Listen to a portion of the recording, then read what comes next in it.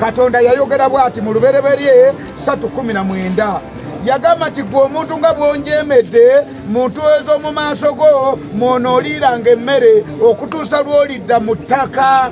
Katonda agamba omuntu nga bw'oganya okuwulira, nga bw'oganya okutegeera, nga bw'oganya okumanya, n'ogaana bye nakugamba, n'okola bye saakugamba, kaakati nkukolimidde, okumanya nkukolimidde.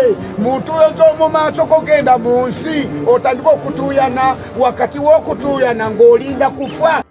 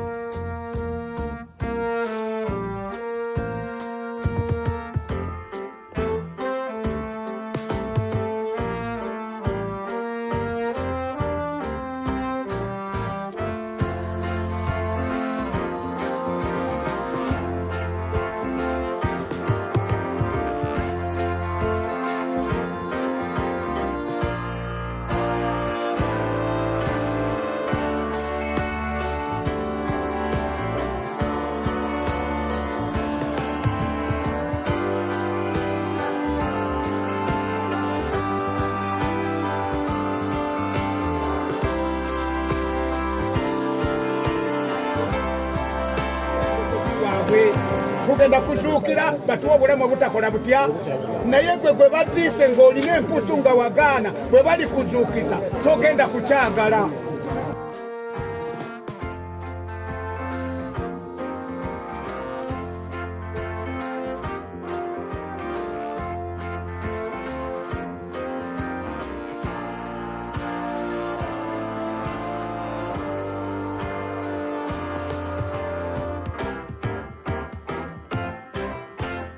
N'olw'ensonga Mukama atuwa omukisa nga tuziika mwannyinaffe mu kitiibwa mu linnya lya Yesu Kristo Mukama waffe. Tutandika okuziika, tuteeko amabaati, tuteeko byonna tuziike.